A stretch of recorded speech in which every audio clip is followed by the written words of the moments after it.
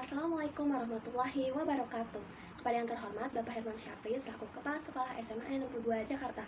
Kepada yang terhormat Ibu Hirzia dan Ibu Erika selaku penguji ujian praktik biologi SMA 62 Jakarta. Nama saya Siti Hajar Hijriah dari kelas 12 MIPA 1 dengan nomor ujian 05027 Pada kesempatan kali ini saya akan melakukan ujian praktik biologi LK Bio 02 mengenai penerapan osmosis dalam pengawetan makanan. Semua makhluk hidup tersusun atas sel. Di dalam sel itu terdapat beraneka macam organela-organela yang bekerja sama dalam melangsungkan kehidupan.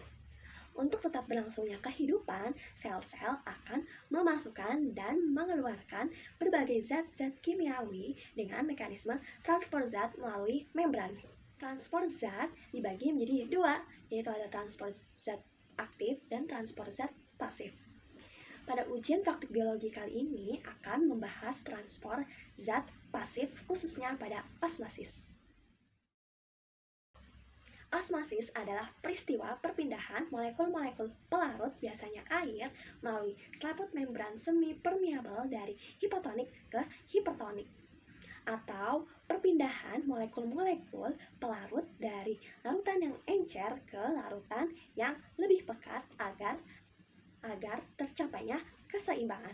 Apabila sel berada pada lingkungan yang hipotonik, maka air yang ada di lingkungan sel akan masuk ke dalam sel. Jika sel tersebut tidak bisa menampung banyaknya air yang masuk, maka sel tersebut akan pecah atau lisis. Peristiwa pada sel hewan dalam hal ini disebut lisis, sedangkan peristiwa pada sel tumbuhan dalam hal ini disebut turgid. Apabila sel berada pada lingkungan yang hipertonik, maka air yang berada di dalam sel akan keluar dari sel, sehingga sel akan mengkerut. Peristiwa ini pada sel hewan disebut krenasi, sedangkan pada sel tumbuhan disebut plasmolisis. Kembali pada membran sel. Membran sel tersusun atas bilayer fosfolipid. Dari namanya, fosfat dan lipid. Fosfat bersifat hidrofilik, artinya suka air, sehingga fosfat berada di lingkungan yang tersentuh langsung dengan air. Sedangkan lipid bersifat hidrofobik, artinya takut air, sehingga lipid berada pada lingkungan yang tidak tersentuh langsung atau jauh dari air. Tidak semua molekul dapat melewati bilayer fosfolipid ini, karena bilayer fosfolipid ini bersifat semi permeabel, artinya hanya molekul-molekul tertentu saja yang dapat melewati bilayer fosfolipid ini. Maka dari itu, untuk mengetahui osmosis khususnya pada sel tumbuhan, saya akan melakukan praktikum mengenai pengawetan bahan makanan, yaitu pada acar. Di sini telah ada alat dan bahan yang akan digunakan, yaitu ada air, mentimun, bawang merah dan cabai, wortel, garam, gula, cuka, ada talenan, lalu sendok, piring, dan mistar atau penggaris, dan pisau. Yang pertama, saya akan mengupas mentimun.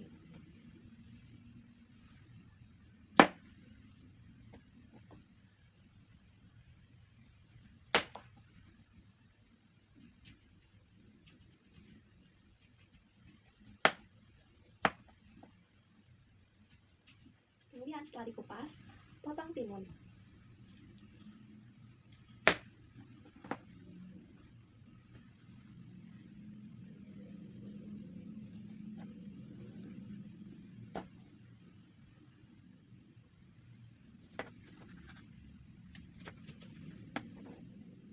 Nah, jadilah seperti ini. Nah, selanjutnya saya akan memotong wortel. Potong wortel dalam bentuk dadu-dadu kecil.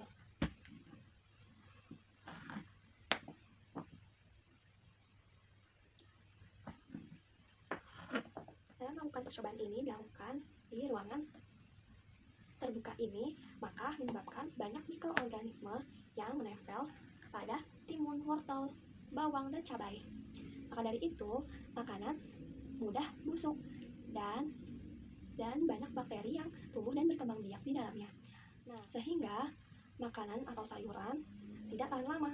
Maka dari itu, pengawetan bahan makanan ini seperti dalam pembuatan acar ini dapat mempertahankan makanan atau sayuran jauh lebih lama.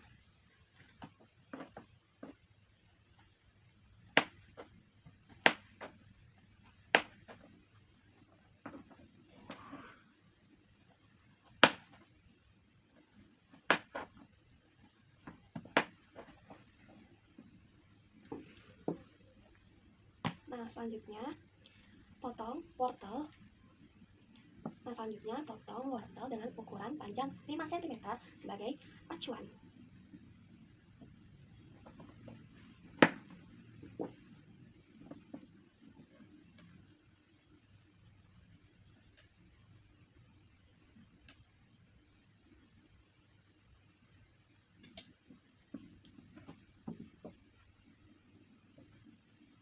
Didapatlah wortel dengan panjang 5 cm. Selanjutnya, potong-potong bawang dan cabai. Selanjutnya, masukkan ke 3 gelas.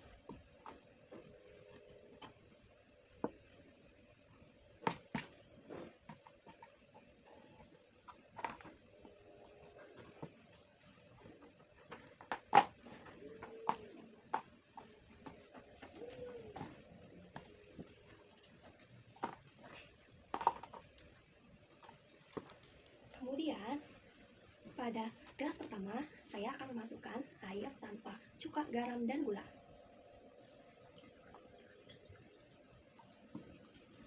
Lalu, pada gelas kedua dan ketiga, saya akan masukkan cuka, garam, dan gula.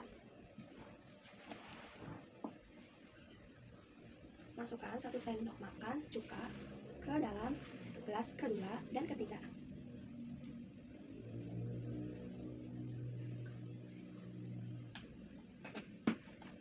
Kemudian masukkan gula 1 sendok makan ke dalam gelas kedua dan gelas ketiga.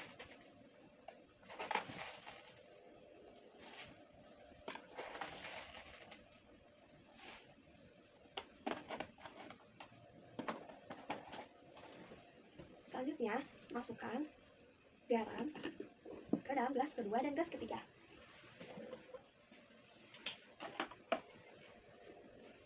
Pada gelas kedua, saya akan memasukkan 1 sendok makan garam.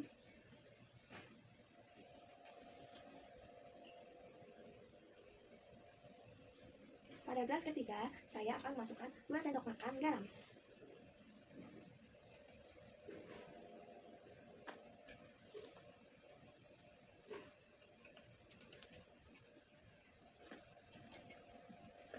Setelah itu, aduk gelas kedua dan gelas ketiga.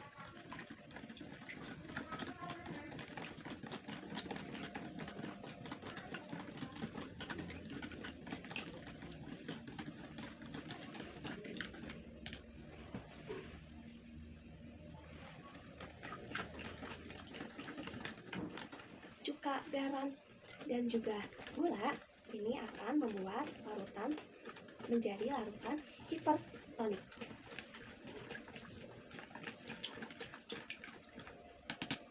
Setelah itu, tuang ke gelas.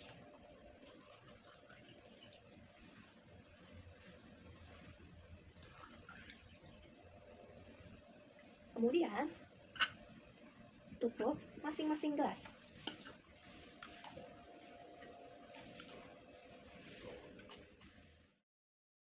Selanjutnya, saya akan mengambil masing-masing dari gelas timun dan wortel. Pada gelas pertama, yang tidak ditambahkan apa-apa, saya dapat merasakan tekstur dari timun ini jadi lebih mengeras, dan juga wortel pun mengeras. Mengapa hal ini terjadi? Karena sel-sel sayuran acar ini merupakan sel tumbuhan. Ketika timun dan wortel dimasukkan ke dalam larutan hipotonik, yaitu air, maka air akan masuk ke dalam sitoplasma dari sel-sel timun dan juga wortel, sehingga menyebabkan timun dan juga wortel menjadi mengeras. Nah, pada kasus ini disebut dengan turgid. Selanjutnya, pada gelas kedua, di mana saya menambahkan 1 sendok makan garam.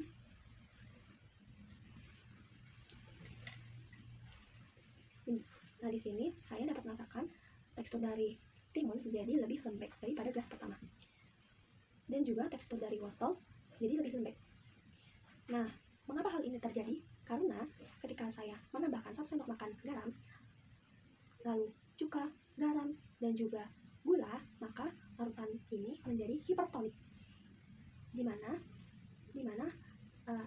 cairan sitoplasma yang ada pada sel-sel timun dan juga wortel akan keluar menuju larutan hipertonik. Hal ini menyebabkan timun dan wortel menjadi lembek.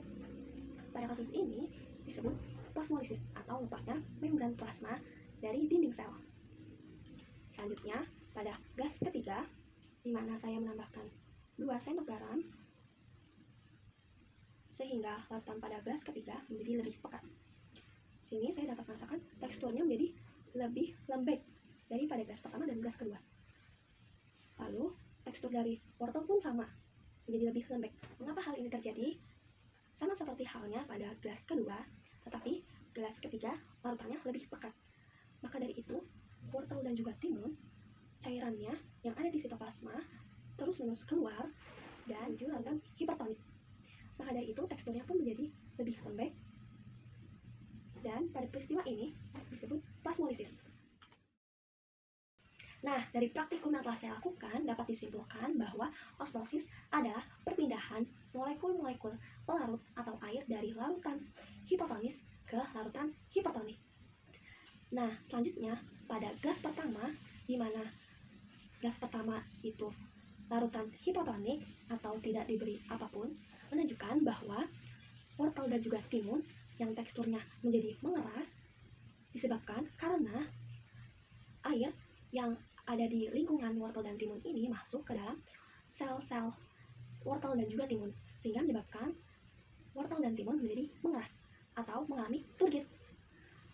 Lalu pada gas kedua, dengan menambahkan garam, cuka, dan juga gula, ini menyebabkan larutan yang tadinya air biasa atau hipotonik menjadi larutan hipertonik.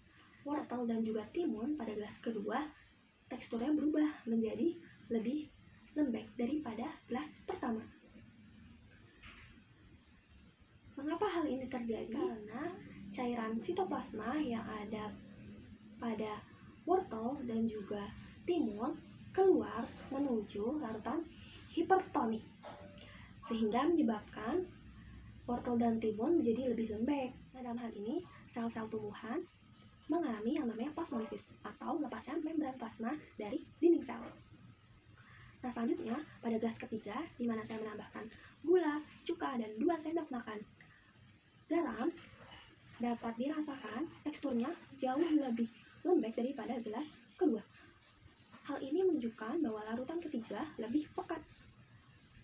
Nah, mengapa hal ini terjadi? Nah, mengapa tekstur timun dan wortel itu menjadi lebih lembek?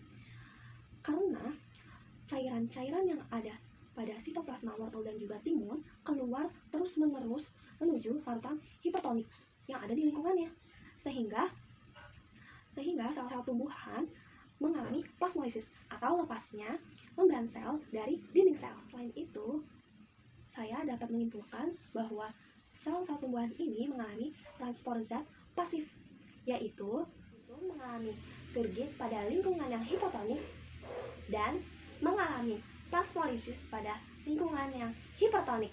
Sekian dari ujian praktik biologi mengenai osmosis dari saya. Mohon maaf apabila banyak kesalahan dari perkataan maupun perbuatan. Sekian dan terima kasih. Wassalamualaikum warahmatullahi wabarakatuh.